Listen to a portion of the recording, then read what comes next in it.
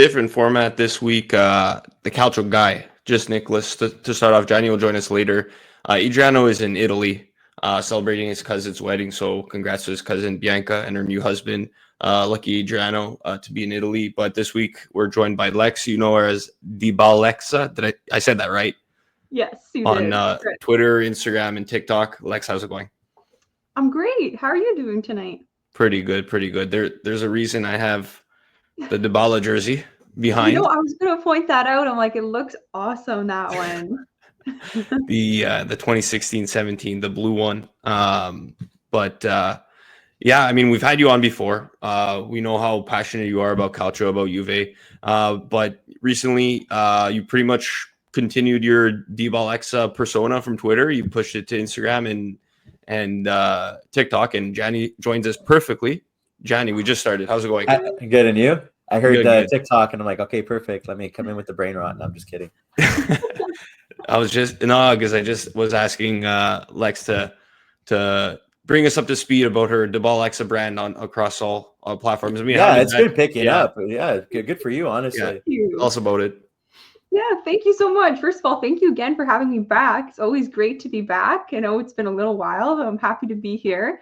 And thank you for the shout out. Yes, I expanded the Dybalexa brand to TikTok and to Instagram, trying some like short form content about pretty much covering everything Calcio and culture and the way that they're interconnected. I love talking about different teams, different topics. The personalities, individuals that make Calcio what it is. So if you're interested in any of that, and also some Juve takes as well, of course, I'm always following them. But yeah, that's pretty much what I'll be featuring, and looking forward to continuing it. And thanks again for the support. Well, of course. I mean, you're one of our favorite accounts to interact with. If you guys haven't given a chance to follow Alex on Twitter, Instagram, whatever, it's she's pretty fun to interact with. She could take a punch. She also delivers them too and stuff. So that's honestly, she's perfectly meant for Calcio Twitter. It's one of the best. It's one of the better accounts to follow. Thank you. Thanks so much. And definitely the only account that's talking about Pescara. See, I already forget their opponent on Friday, and I'm supposed to be the Pescara fan. Pineto, they're playing Pineto on Friday in the City of Cheat. It's a derby. You definitely know more than me. So it's this derby. It's a derby, and I don't know the official name, but I was calling it the Coastal Abruzzese Derby. I've actually been to Pineto, which was why I looked into if there was a team there. So I'm always curious about like cities and towns and what teams are there. You know how in Italy there's teams across the country. Mm-hmm. So yeah, I went to Pineto. It's awesome. They've got pine trees and beaches, which is why they're called Pineto.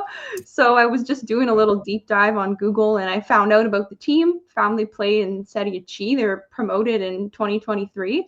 So for the first time in their club history. So they were promoted to C. Otherwise they played Serie D and below. And yeah, they're playing Pescara this Friday. So that's exciting. And a lot of you are probably more familiar with Pescara Calcio. They have more of a presence, especially on Twitter as well, actually. The admin's great. Yeah. Really funny. But yeah, so it's an exciting little game. Both coastal towns in Abruzzo.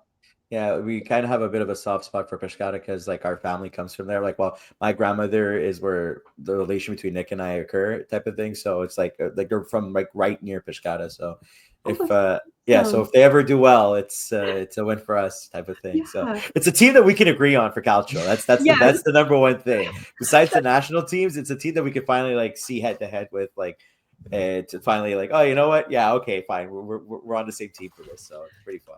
That's awesome. Often. Yeah, my mom's family's from Abruzzo as well, but she's from near L'Aquila. Okay. Yeah, but pretty also same region. Oh, got a Pescara kit as well. You know, the one that has like the colorful dolphin on it. I wanted to get that one. That one. Yeah, I have that one. Damn, I'm jealous. Yeah, that's awesome. Cool. So, speaking about small clubs, Gianni, I don't know if you knew this, but where's this going? No, I'm not talking about Napoli. No. I'm talking about a small club. But the club from our family's hometown, Città Sant'Angelo, it's called Renato Curi Angolana. They play in Eccellenza, but Massimo Odo and Fabio Grosso both played for this team. Really? At a time. So they had a connection to the 06 World Cup. That's crazy. I didn't know that, honestly speaking. The only Eccellenza team that I follow is the one from my nonno's hometown, my nonno Luigi's team, the one that's Audax Cevinara, because it's funny enough because it's like everyone's last name is Chaffee in that town. It's my mother's side's name, and it's just like you go there, you go to the stadium. It's like Stadio Canada Roberto Chaffee. Like it's one of those like weird. I'm like, the fuck does the Canada thing come from? And it's the Canadians, like a lot of the immigrants that moved to Canada just basically help donate for the team there in the field. And beautiful field because it's like because you've been to Italy many times, like it's like it's just like these small little pitches or towns. It's like not only you're playing a pitch, but there's like a gorgeous like scenic backdrop to like every little arena, every little stadium. Like it's beautiful. Like it makes you think like where else would I play? Like where else could I get a view like this?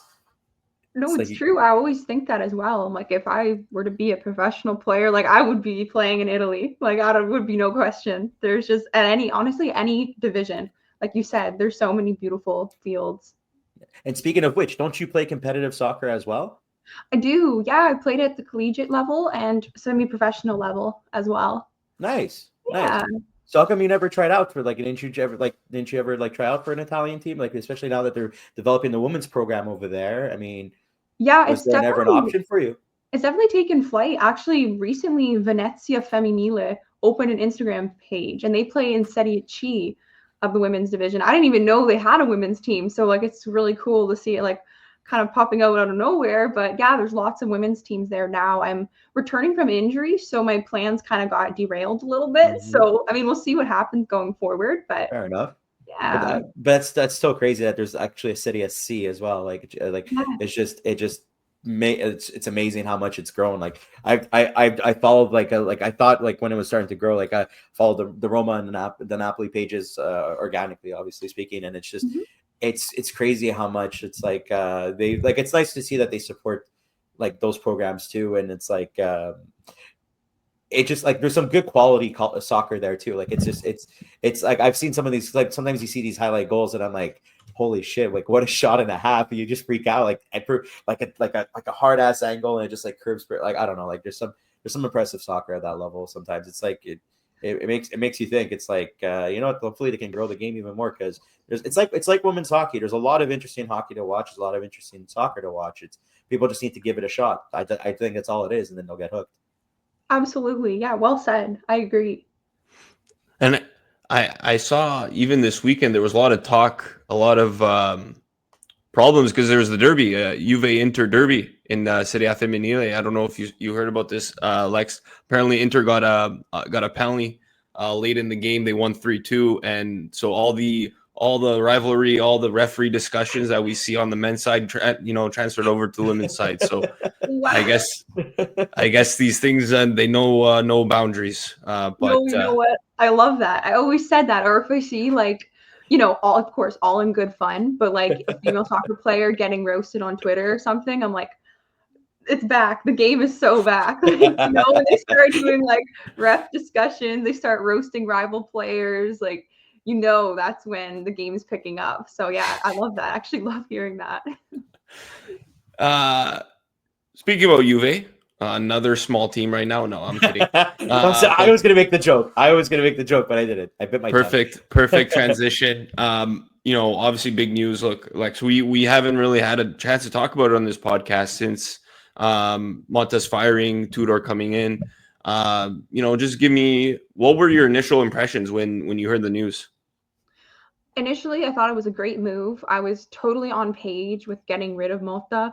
I think they should have gotten rid of him sooner, actually, probably. But I think clearly the Atalanta match was like definitely evident that he had fallen out with the locker room and that it just wasn't going to be saved the rest of the season.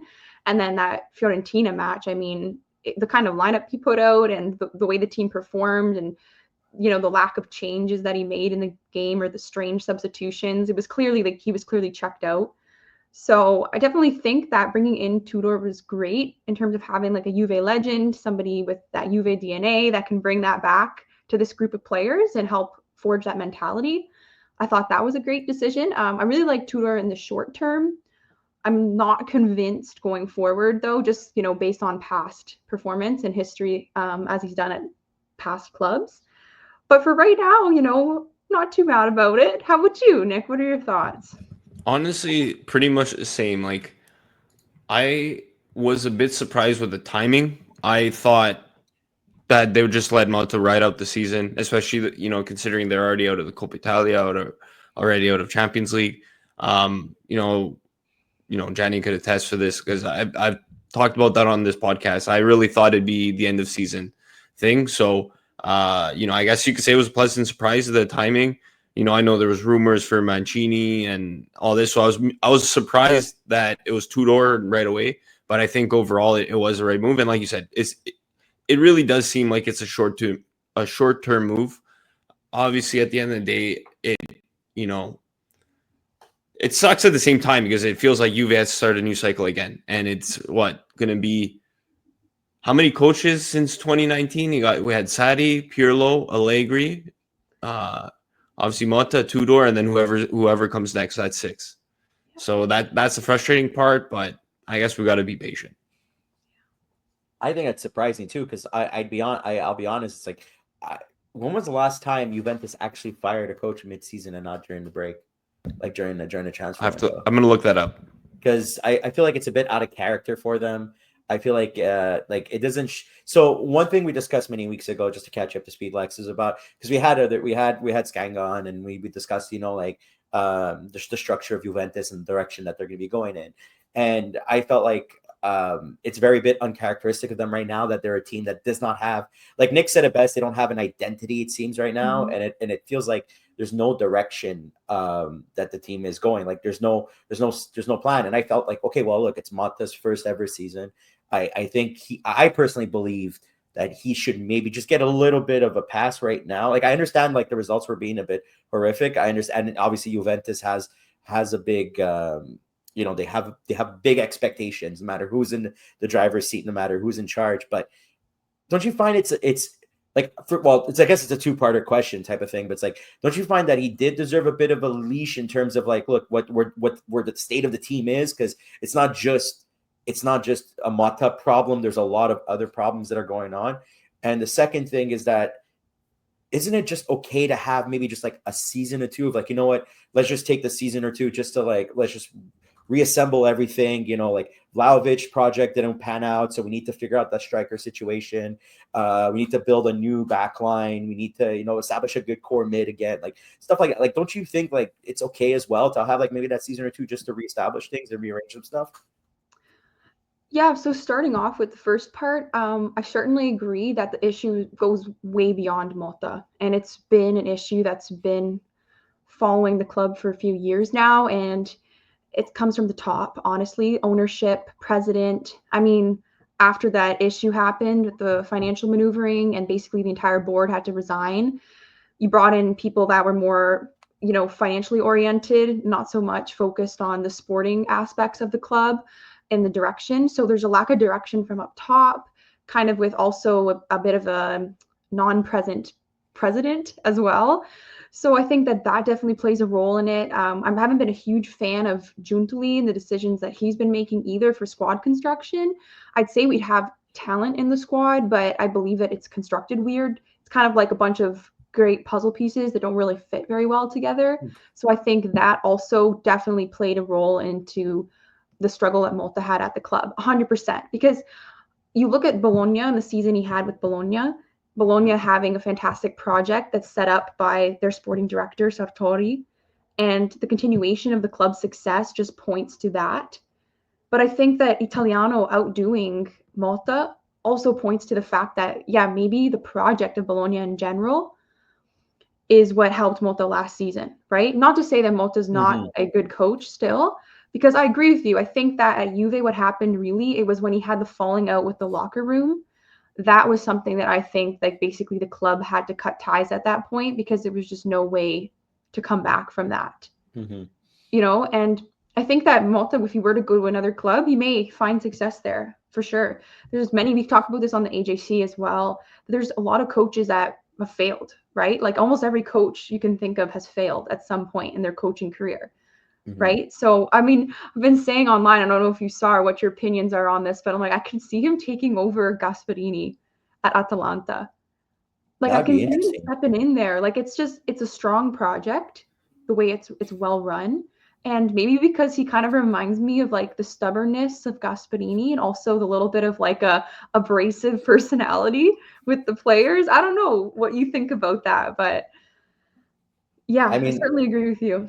I could kind of see it, honestly speaking, especially that Atalanta has always been one of those like unorthodox type of teams and systems. So I feel like that's when Mata thrives. If he thrives when you just can have fun with it and just go, I guess, try out something new. And I like and just before we move on to the second part of the question, I like the whole like mention of Italiano, because last year it would seem like the inverse, like Italiano was starting to flutter away, whereas Motta was on the rise, and everyone's like, "Oh, was Italiano just a like a one season wonder type of thing and stuff?" And then because he wasn't having a good time with Fiorentina, and then now look at him with Bologna.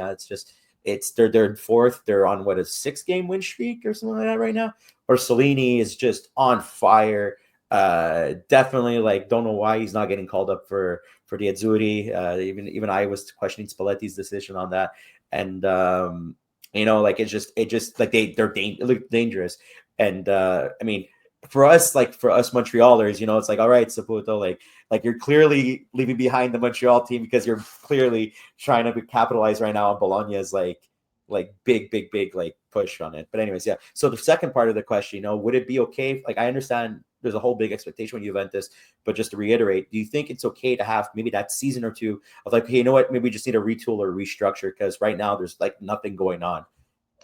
No, I agree with that for sure. I mean, we've spoken about this as well, but look at like first season Inzaghi at Inter versus what they've built since then. So I certainly think there is something to be said about patience. And I feel like in the cultural world, the football world in general, there's just a lack of patience for managers in general. I feel like the life expectancy of managers is cutthroat, like it's a couple bad games and you're being questioned already, right? So I think that there is something to be said about that for sure. I would say that maybe Nick can attest to this as well, but patience would be granted as long as there are those foundations and you can see the project. You know what I mean? Like I'm okay with waiting and like you said, maybe having to scrap a season almost at that point, as long as I'm seeing the beginnings of that project. I saw online as well that first season Inzaghi had, what saved him was the UCL run that they made, right? So it's like there was still something in there that was able to salvage his position overall.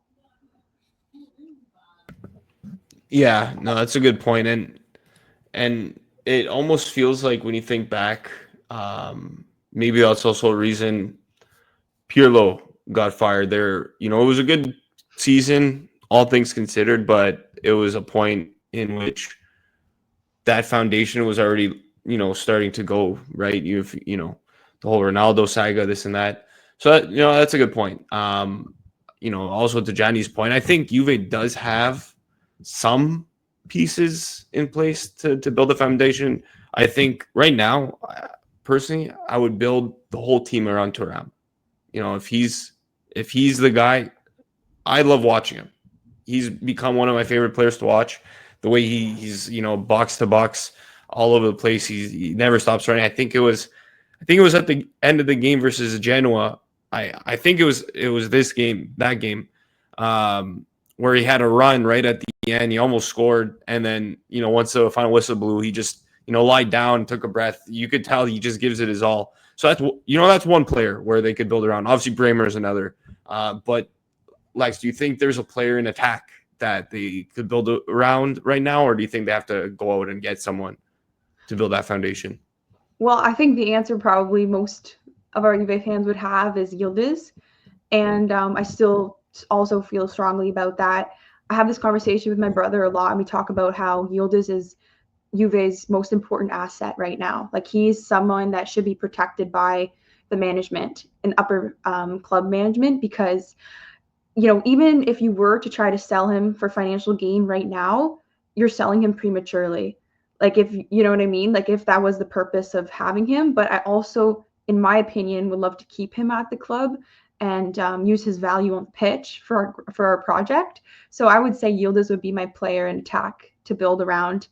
And I was thinking about it, and I was like, wow, it seems like both Dusan and Kolomuani are going to come to the end of their time at the club, that we are really going to be in need of a striker this summer.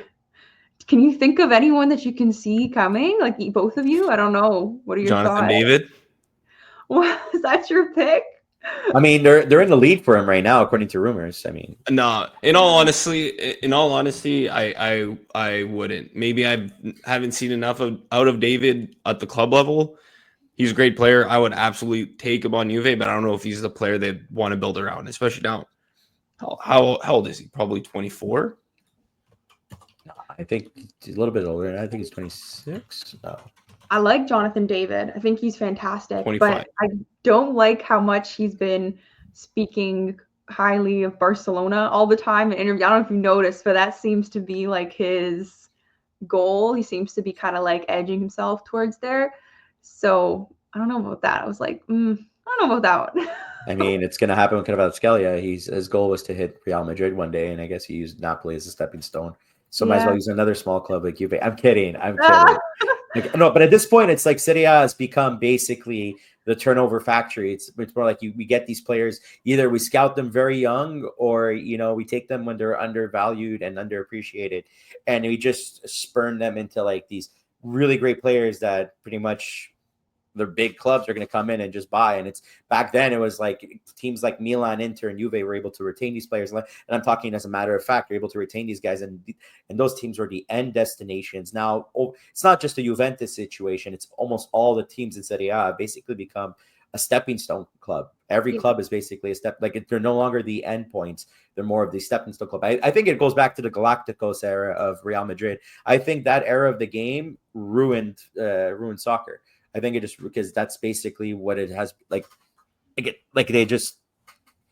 establish themselves as the final destination of soccer. And then obviously the Prem's got the money now and all that stuff, but that's neither here nor there. But yeah, it's unfortunate to see though. It's unfortunate to see. No, it's very true. And I think maybe it comes for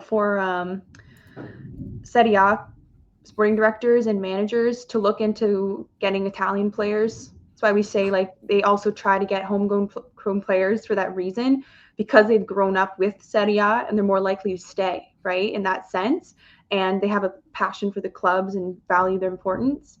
Same with finding players within the Serie A or players that have like grown up playing there is another good way to build your squad, especially like you said, if you want to try and avoid the lure from other leagues. Yeah, it's definitely a league-wide issue for Serie A. I'd agree with that for sure. Yeah, but they need to really reinvest into their youth development because it's rare that you see younger Italian players break into the rosters, and they need to figure out something with this. Like they can't just rot away constantly in Serie B. Like I think Mourinho did it best when he was managing Roma. Like he was actually taking academy players and just using them. He was just using them in Serie A. Like he's like, I'm not like, he didn't want to loan them out. And like for like Zalewski, for example, like he was a player that he really wanted to use in the academy. Oh my God, there was another player. I'm drawing a blank on. Oh my God, come back to me. I can't remember right now. But all in all, it's like there's not many. Volpato? Was it Volpato? Yeah, Volpato was another one, but it's not the one I was. But it's not the one I was thinking of. It's gonna come to me, and what's gonna happen is it comes to me right before bed. I'm just gonna be lying down and I'll be like, oh wait, it's always like that. But anyways, all in all, I think it has to come down with the development of the youth, and really teams need to start taking chances on these kids. They're never gonna be adjusted to the competitiveness of Serie A if they're not getting minutes. They need to get the minutes. That's maybe take a bump or two with them. It's like, okay, they might be like a big adjustment period for them, and they might look horrible, but they're gonna have to grow with it. Just surround them with a good team, and they'll be okay. That's just me rambling, being an old man about it. No, you're right. I literally have the same conversation with my brother. He pointed out as well. He was like, which Serie A clubs have like a young player that's, one of their main players, main starters, main aspects of their club. And I was trying to think about it, and I could only really think of Como with Nico Paz and Diao. And I was like, and they have a younger modern manager with Cesc Fabregas, and probably plays a role in it as well. And maybe someone, I think he's Spanish, correct? I think, right? Fabregas? Fabregas.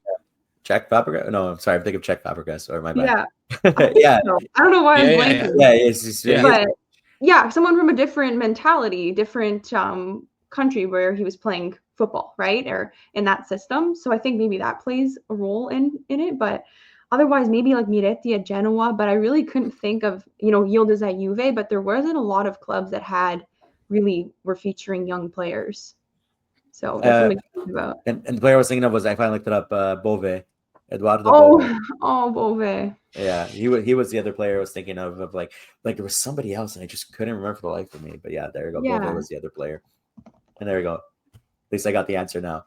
Nick, did you ever find out if Juventus, when was the last time Juventus fired a manager mid-season? 2009, 2010, Ciro Ferreira was fired for I exited the tab. Let me look this up again.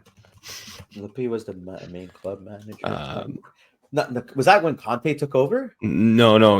Ferreira was fired for Zaccheroni, and then came Danieri the season after 2010, 2011, and then Conte started 2011, 2012. So it was definitely the banter era for Juve. You guys immediately started winning 9 Scudetti right afterwards. Like, what do you? Well, right Inter before won the tripletta, then Milan won, and then Juve. Exactly. Napoli constantly second. Jesus Christ! Always a bridesmaid, never the bride.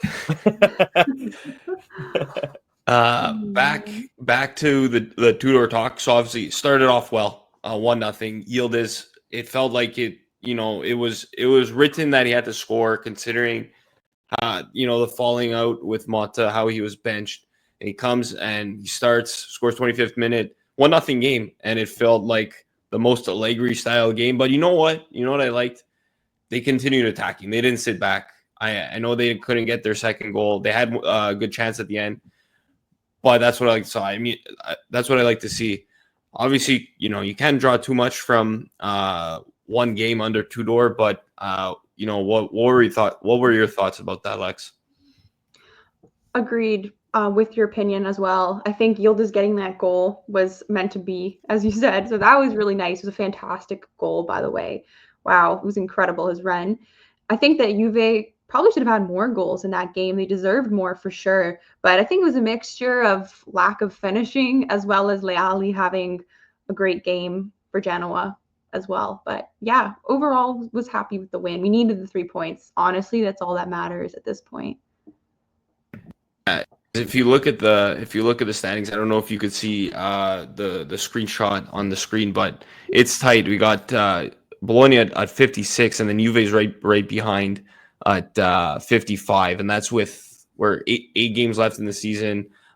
They play each other. If I'm not mistaken, they play each other. Is it the last match day or the second to last match day? I could be wrong. Let me just look this up. But right now it's looking like Italy won't get. They play each other May 4th. Won't get the 5th Champions League spot. I know there's a bunch of numbers involved with this. So Juve really has to fight for the top 4. I mean, what do you think about Juve's chances to get into that top 4 by season's end?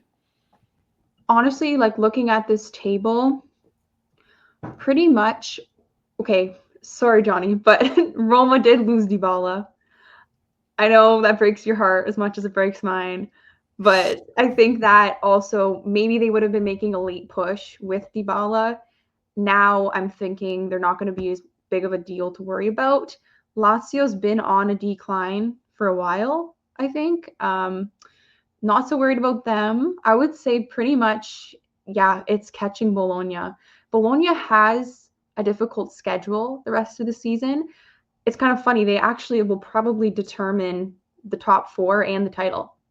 Like Bologna will probably be the team that decides it. I think they play everybody like above them in that final part of the season. You can maybe verify and check it out, but as far as I know. So we'll see. I mean, Juve just has to take care of their own job and just get 3 points the rest of the season. Got to win it out.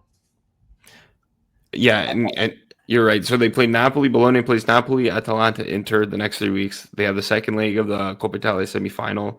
Then they play the two Bianconeri teams, Udinese, Juve. Then they play Milan, Fiorentina, and finish off with Genoa. So they probably have the toughest schedule. Tough schedule. I mean, you're talking smack about Roma, but I mean, last I checked, they're undefeated in the last 14 games. I think there's like 5 or 6 clean sheets out of those things. I mean, I don't know. There's some magic with Ranieri as usual. I don't think he's going to stick around for the summer, though. I think he's just a Band-Aid for a thing. But yeah, like it's just, be careful what you say. Even though Dybala is injured and he's out for the season, which yes, it does suck. Trust me, I wish that guy can just find consistency and never have to deal with all those injuries. But I don't know. I mean, they play this weekend. This weekend's going to be there's going to be a very big game. So yeah, perfect transition. I mean, I think we should all give our opinions on this. Yeah. Well, sir, Johnny, you've been quiet. Okay. What are your thoughts about this Roma Juve game? Here I am talking up Roma so much and watch it be like a nice 1-1 draw. Honestly, I believe that. I think honestly it's not going to be I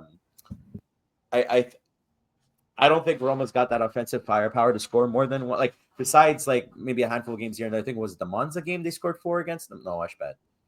Yeah, it was the Monza game that they scored 4 against them. Like they're not a team I see scoring maybe more than 1 against Juventus. Even though like Juventus is going through they're going like Tudor came in and they're I guess they're going just getting their bearings together. I don't think still it's a strong team. I don't think they get more than 1 behind them, and vice versa. Just the Roma's been defensively on fire since Ranieri came in. So I think, like I said, Juventus always has that potential. Like you never count them out from scoring a goal or 2. And so my mentality whenever you play against Juve, it's like you think of the game as Juve already winning 1-0 and you have to try to come up from there. And it just always seems that way, especially when they play against Roma. So but this one I'm feeling more of a 1-1 draw. Roma doesn't have anything going on this week besides that game, so they're going to be coming in with a pretty good roster, especially that their Europa League run is done and everything. So I honestly think it's going to be a good one. It's going to be a battle. I think it's going to be a battle. I don't think it's going to be anything that it's just like teams are going to take it easy. I think it's just going to be a hard fought match. Mancini's going to get a red card at some point because he always does. He always does something stupid. And as long as it doesn't happen in the 11th minute, it's fine if it happens at the 89th. That's okay. It's watch him get a foul in the 89th and Juve scores on the free kick or something. And then there you go. Your 1-0 lead just became 1-1. I don't know. Bold prediction. Let me just go with that. Don't pull a Hummels and get a red. Jesus Christ, man! That was when I saw that. Is he still on the team? Yeah. Yes. He's okay. Does he play? Sometimes, yes. He's more of a sub more often than a starter. But seems like he's just enjoying life in Italy more than everything. I mean, who doesn't enjoy life in Italy besides people who need to work? But I mean, who doesn't? No, but hey, I'm just saying, let's not go there. You guys, let's ask the Juventini. What are your Let's go first. Match? Ooh, I mean, yeah. I'm gonna be that guy, the picture of the guy on Twitter where he's holding the flag and half is Juve and half is Roma. That's gonna be me. I'm kidding. The two gangs just holding up their colors. Yeah, the two gangs holding the same flag. No, yeah. I can't say that. I'll never beat the allegations that I'm secretly also a Roma fan. But actually, you have a favorite player. That's fine. It's okay. Thank you. I watched a ton of Roma this season, to nobody's surprise. But they have a solid squad, and they are, like you said, not to mess around with. This run they've been on has been very impressive.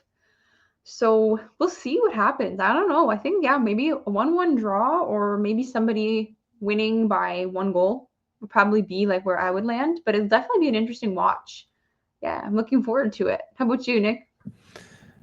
First, I'll just say even if you do support Roma, you wouldn't be the only person here with two teams in the Serie A. So, True. A person who supports one team, we're becoming the minority here. But no, all seriousness,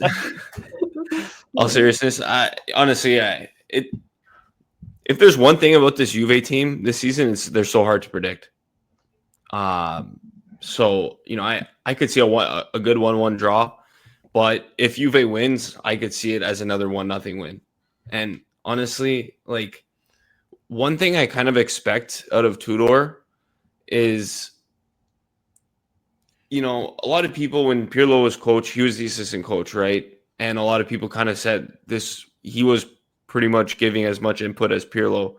So I don't want it to be like Pirlo season where we had to sweat out wins and, Morata had 3 offsides. So I don't want it to be that way. But, we did kind of see a glimpse of it in the Genoa game where they defend by attacking, but they're not going all out attack where they're going to lose on a counterattack, kind of like what was happening with Motta, right? So, if they do win, I could see like a 1-0, a 2-1 win. But no, for sure, it's a good game. Yeah, no, that's it. I just need to manifest for Fanta Calcio Pellegrini to score because I'm going up against Massimo Riccio, longtime fan of the show, friend of ours. He's a Romanista too.